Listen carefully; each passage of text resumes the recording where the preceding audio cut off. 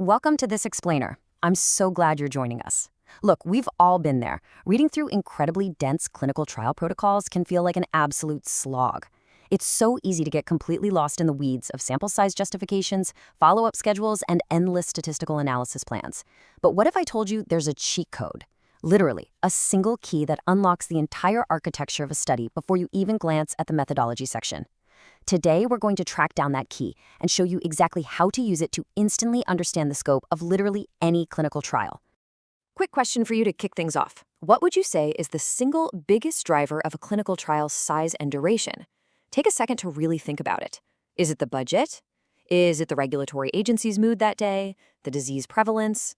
Well, while those absolutely play a role, the true answer determines everything. And I mean everything, from the exact number of patients you need, to how many years the trial takes, to whether it wraps up on a calendar date or only when a specific biological event finally happens. The answer, of course, is the endpoint. Now, the endpoint is not just a medical label. It's not some minor detail buried in the protocol. It is a massive lever. Think of it like the very first domino in a long chain. The exact second you pick an endpoint, boom, you've automatically set the statistical demands. Those demands then dictate your required sample size, which in turn sets your follow-up length, and ultimately locks you into a specific design family. The endpoint is the absolute foundation of your trial's architecture. So here's our roadmap for the explainer today. First up, we'll look at how endpoints drive everything. Second, we'll cover the 4 endpoint levers. Third, we'll cross the bridge to design.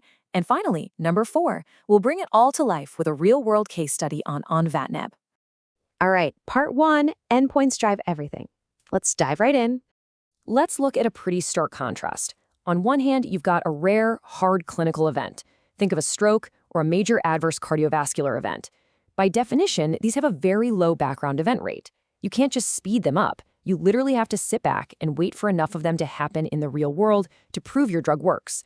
Naturally, this automatically demands a massive sample size and years of follow-up. Now flip that. Imagine a validated surrogate marker, like blood pressure or cholesterol. These change way earlier, and you can measure them continuously on a fixed, totally predictable visit schedule for every single patient. You aren't just waiting around for a downstream clinical tragedy. Because of that, validated surrogates let you run trials with a significantly smaller number of patients and a much, much shorter duration. The endpoint you pick completely transforms your trial's reality. And it's not just what you measure, it's how you measure it. The exact same underlying biology can actually be captured in 3 different data forms, with 3 totally different size implications. First, we have continuous endpoints. These are great because they capture the full magnitude of a change. Because you get to keep all that rich, nuanced data, you generally need fewer patients to detect an effect. Second, you've got binary or responder endpoints. This is where you take that rich continuous spectrum and just collapse it into a simple yes or no. Did they respond or didn't they? The catch here is that collapsing the data throws away really valuable information. And to compensate for that lost info, you usually have to recruit more patients. Finally, there are time-to-event endpoints. These are wildly unique because they're sized by the number of events you accrue, not just by how many patients you manage to enroll. Which leads us to a super fascinating concept. Time-to-event trials are event-driven. They are not calendar-driven. If your protocol clearly states you need 300 events to trigger your analysis, you absolutely cannot touch that data until event number 300 is confirmed. The calendar doesn't matter. It doesn't matter if your recruitment team knocked it out of the park and enrolled everyone in 6 months. Recruiting faster doesn't automatically finish an event-driven trial any sooner. You still have to wait for the actual clinical events to accrue.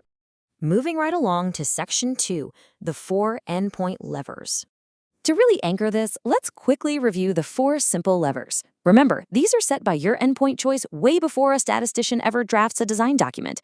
A rare hard event, that's going to demand a large sample and a long duration. A validated surrogate, that buys you a small sample and a short duration. Going with a continuous endpoint means you'll need fewer patients than if you went binary. And choosing a time-to-event endpoint means your timeline is strictly bound by events, completely ignoring dates. If you're a medical writer or a reviewer, checking that endpoint first instantly tells you exactly what kind of trial you're about to read. Section 3, the bridge to design. Let's look at the math ingredients. That magical sample size, the mighty N, doesn't just materialize out of thin air. It relies heavily on 3 key ingredients working together. First up is the effect size, basically the smallest clinical difference that's actually worth detecting. Second is variability, meaning how much your chosen endpoint naturally fluctuates from one person to the next. And third, like we've been talking about, is the endpoint type. Is it continuous, binary, or time to event? All three of these directly feed your sample size calculation. And this brilliantly shows how the endpoint fits into the modern regulatory framework, what we call the estimate. The estimate is essentially the connective tissue, linking a trial's objective straight to its design. It's got 5 crucial attributes. And look what's sitting right there at number 3, our endpoint. It's right alongside the treatment, the population, how you handle deviations, and how you summarize the results. The endpoint is a fundamental, totally non-negotiable pillar of trial design.